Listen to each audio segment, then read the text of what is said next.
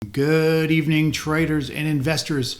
It's Thursday evening, and taking a look at the markets, we have the markets doing what they do, which is shaking things up. And we talked about gaps, price gaps. The 30-minute chart is a very powerful tool for navigating the markets and controlling your emotions to understand when there are going to be gaps to the downside that flush the market out and then rally and push higher.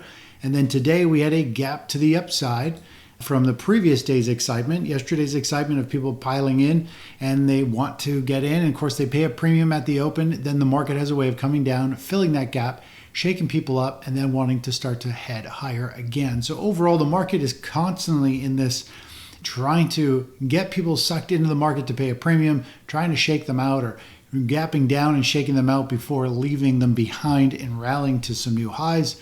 And from a short-term standpoint, I mean, the market is phenomenal at just shaking people up and just constantly playing with their emotions. The more you zoom into the intraday charts, the more you get sucked into things. Now, if we take a look at the QQQ, it's the same with the SPY. We've got our price spikes here that happened yesterday in pre-market. We saw these price spikes get hit. We saw our third, our 50%, and 100% of the price spikes getting hit. Today we had a spike down, showing spikes this morning, and of course once the market opened, we saw the equities market here sell off, hit the first spike, second spike, came all the way down and hit that third spike by early mid-morning here, and then we saw the market start to move higher. Now these are all short-term trading signals. I know a lot of you trade these signals, you see them in the updates on the charts, and I've taught kind of how to pick up and trade these in the past. But overall, these are day trades, but they give you a good idea. These spikes give you an idea of where the market is planning to run, within the next hour or two, generally when the market opens. So these are very short-term, powerful trades. And the fact that the market gapped higher today, we know gaps mostly get filled, and usually you see if the gap get faded, which means it gets sold down and it fades that rally. The spikes kind of help confirm that that's likely to happen. So if we take a look at where money was flowing today, pretty much it went into all stocks other than dividend stocks. SPYD, the dividend stocks kind of ETF, continued to kind of flounder. In the grand scheme of things, it's kind of working its way down, has a somewhat bearish looking chart pattern. Short-term wise, it's in a short-term downtrend on our 30-minute chart. You can see this red shaded area over the past couple of days. This is signaling here that it is overbought and a little bit of a pullback is coming in, and that's what we saw today. It was a little bit of a pullback from that overbought condition. So money's definitely not interested in dividend stocks. People are interested in precious metals, uranium, Bitcoin, small cap stocks, and technology more or less. But given the markets are positive today, if we take a look at the actual sectors here down this chart, utilities, and more than half of the sector list was red today. So it's kind of interesting. We've got home builders, we got biotech, we got technology all moving higher. It wasn't a fully broad market kind of rally though. If we look at the hot list, when we look at sentiment of money, is money more so flowing in or out of various sectors? That's what the sentiment, the risk on, risk off means. Still more than half of the sectors clearly are not really showing big money piling into them. Yes, many are, and most are in a short-term uptrend, which is this uptrend or downtrend column, and in longer term uptrends, because we have been seeing this market obviously continue higher for a long time. But the market is not super duper strong from that standpoint. So that's what we're always, just being mindful of, that the market could roll over at any point. You can't count your eggs before, you can't count your profits until the trend ends. Usually we're never going to get out near the high. Markets will eventually have to roll over and give us a downtrend and a trend exit signal. So what I try to do with these market signals, if we look over here at the QQQ, we get in, we get out, we get in, we get out, we get in, and eventually the market will at some point roll over and give us red bars. And the big question will be, is it a consolidation and correction that the market needs to figure itself out before pushing higher? Or is it going to be, the start of a sell-off that potentially has much bigger legs to the downside? We never know, and that's what we just have to be prepared for. But just because the price is up here, we may not get out till a lower price until the price stalls out and loses its momentum, and our strategy turns red, saying, hey, things aren't favorable right now. You can get out. The red flag here, the other thing that's interesting is we have a lot of orange bars and red bars here. telling us that, this market's not really strong. The market's going higher, but it's not like a ton of money is piling in. It is really drifting higher, and it has some internal weakness. So that's what scares me for a violent potential stall in price. And of course, we have our stops in place, and we're in the money on all of our positions. We have our stops up, so all of our trades are going to be winning trades. The question is just how much do we get out? Do we hit another target or two to the upside, or does the trend trade sideways and stall out, or does it pull back a bit before we get a trend reversal? Now, if we take a look at the rest of the markets here, we had the dollar index move a little bit higher today, and we had gold, silver, and miners move down. The dollar, a little bit of noise, had a bit of a pop, slightly positive. If we take a look at gold, we saw some interesting price action in gold. We just focus back here. We can look at I'll just zoom out on this bottom 10-minute chart. We'll go back a little bit. Today, though, there was, we've seen it a couple times here. We have seen two pretty decent sized bouts of selling and some pretty high volume. Today was very high volume on the futures, the gold futures market, showing us that there's some big money taking profits off here, rotating out. This is some potentially distribution selling. We talk about this when the stock market gets overbought. We start to see institutions unload chunks of their portfolio. And usually that comes in the sign of big volume bars and a sharp sell-off. They just start dumping positions, locking in gains.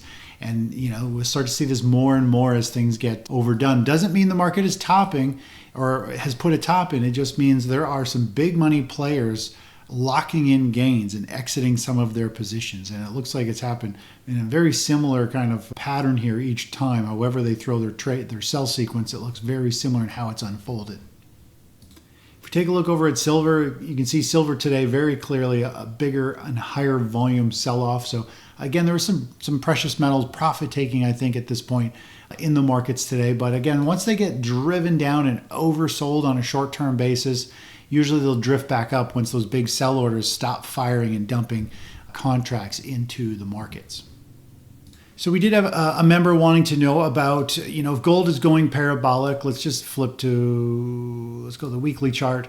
He's wondering, should we put a trailing stop in? So in case it reverses, as momentum picks up and things get more volatile, should we put a trailing stop? Now, even though gold's shooting straight up, I don't really see gold as a volatile.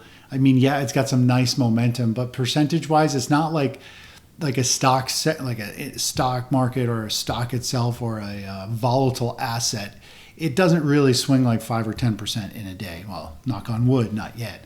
So I'm not too worried about having a stop. And he's talking about, should we put a trailing stop in? Obviously, once you get deep in the money, you start to get really defensive. And sometimes you tighten stops too much. A trailing stop going underneath the previous days or previous week's bar, can work, but it is pretty aggressive. I prefer to give things lots of wiggle room and let it work itself out. But I would say the weekly chart, if you're a very short-term trader, and this is a trade that we're looking at, this kind of bull pennant breakout here, you could put a bar, on the previous week's low as a potential stop level if you wanted to kind of try to lock things up in case there is some big reversal sell-off bar. But at this point, I'm just letting it mature.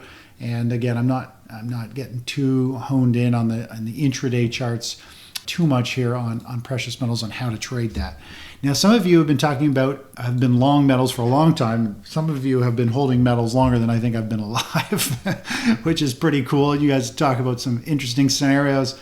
I know some of you have mentioned that you have gold with certain companies that you're getting paid like 4% yield on it, and there's no storage fees. And I don't know fully how that works, but I know how some companies have worked, and I really don't trust that so much. To me, and I could be totally wrong here, I like to own the physical and put it in storage and have it stored somewhere so I have it. And I would rather not make interest on it, because if something crazy does happen, as we've seen, we can have these crazy moves in precious metals and you just can't get metals. Everybody's sold out. You can't get it. And my concern is if you are earning interest on it and you don't have a storage fee, that to me means that company has taken it and they've given it away. They've lent it to somebody else and they're going to pay you interest for it. So if the brown stuff hits the fan, which is what we kind of have gold for, is like a collapse of something, yeah, you made your 4%, but are you ever going to get it back? Like that company could just be like, well, we can't get it, or we'll try to get it back, but everybody's not giving their gold away. You might get screwed, right? That's what concerns me. And that's the whole point of gold is we don't trust the systems. We don't trust ETFs. We don't trust the banking systems. We don't trust the government. I don't know if I trust, gold is supposed to be that thing we have in our hand or buried in the backyard or in storage outside of the system. We don't let people go borrowing, taking it from us and then lending it out, because if we really do need it, you might not get it back. So that is my biggest concern. And I might be off on how some of these companies do it, but it sounds almost too good to be true.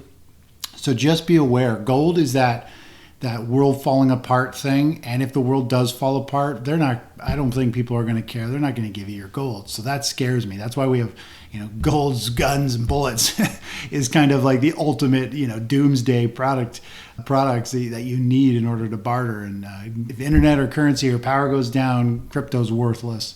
And I'll never forget the story of precious metals, where the one fund manager met me in my town when the internet was out in Canada, and he filled his car up with silver rounds at the gas station.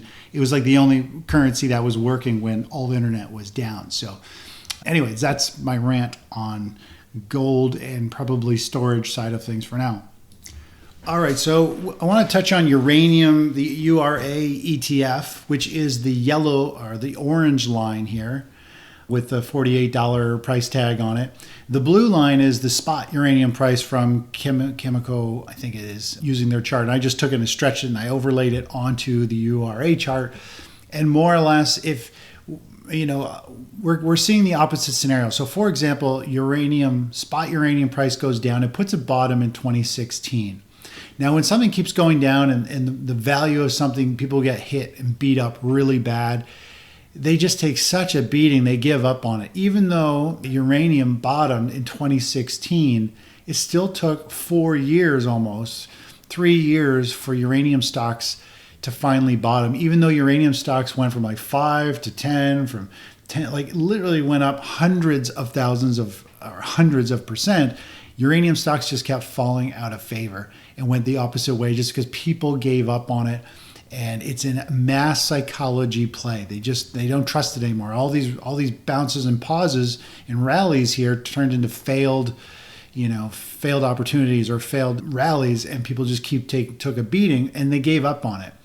So what's interesting here, and I think this is what one of the members wanted me to bring up, was now, finally people have started to move into it. Uranium moved up 3 big rallies before uranium stocks really started to take off. And then finally, uranium stocks took off before the next rally. And this time around, we had this massive spike in uranium pricing, and gold miners did move higher. And now that it has moved down dramatically, we got people piling back into uranium miners, expecting another big move up. And this is kind of the skew, is uranium put in a bottom, but it took a long time for people to actually believe it was a bottom.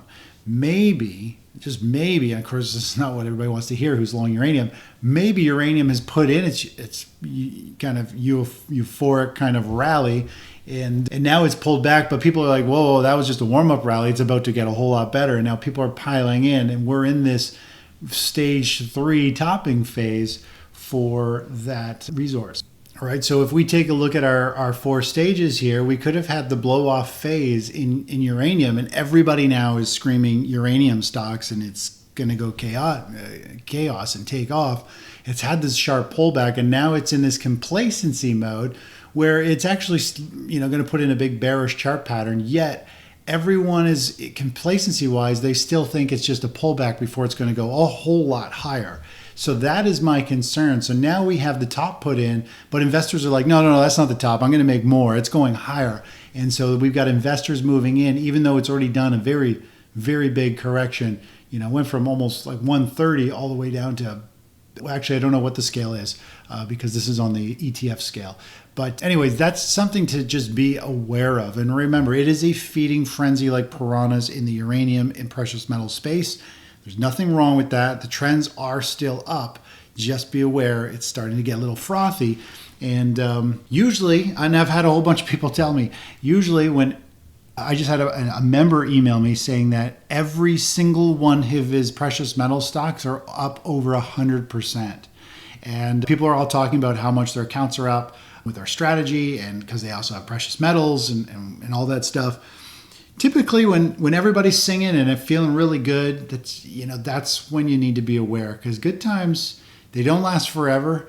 And I'll tell you, it really hurts when they reverse and keep collapsing and you give back a huge chunk of those gains before you have to pull the plug and get out, or you got to ride it out for years, right? So anyways, I think that is it from that perspective. Let's take a look at the US dollar, Canadian dollar. I went to show this the other day, but we're in this really critical turning point for this. We got this big consolidation, this big breakout here. We had a spike down here. We've had a lot of critical points. It's obviously paused in trying to break through this area. If we go back in time, you can also see these other significant areas on the chart where it got fairly close into this zone. So we're definitely coming up to a very critical level. We could probably even draw a line, however I draw that, somewhere even across these highs here, where it's hit multiple spike highs. And if we zoom into where we are now, we're above that, right? So we're seeing this. If you're a Canadian holding US dollars, you're probably like me, a little frothy and getting excited because there's potential for a fairly significant move. And as you know, the Fibonacci on this multi-year pattern points to $1.72, which means the Canadian economy and the Canadian dollar is going to collapse. The US dollar is likely to strengthen, which every time we see that, that means there's some big financial reset and global reset. And still the US dollar shines. I mean, yes, they got tons of debt, but the problem is the dollar tends to become the powerhouse. Maybe it's more so because it's military driven or whatever. But let's take a look at the Canadian dollar ETF. So what I've overlaid here is, let's go full screen. We have on the top here is the Canadian dollar ETF. So showing the value of the Canadian dollar. Now this is 2013 all the way to about 2020. The bottom chart here is crude oil. And if you haven't picked up on this before, the Canadian dollar tends to move a lot with oil. We're oil heavy. Even though we don't produce our own gasoline in this country, we have a ton of oil. We have a ton of uranium. Actually, Canada is loaded. We wouldn't need taxes if our governments would let us tap in. We got diamonds, we got wood, we got oil, gas, uranium. Yeah, it's insane, but we don't touch anything. We import everything, and it's nuts. Anyway, long story short, if you take a look at what happens to oil, more or less, when oil has big landslides and tends to have strong moves, we tend to see the Canadian dollar fall with it. Typically, they kind of move in sync. Not perfectly, but pretty darn close. If we fast forward to today, you can see where we are. We saw oil obviously went negative here, but oil has been moving up. The Canadian dollar was moving up. Eventually kind of stalled out as we have oil moving down. We have the dollar moving down. And if we look, get rid of that spike here, you can see they're fairly closely related in terms of the overall trends. And the dollar or oil here is very close to really picking up speed to the downside. It has broken down today.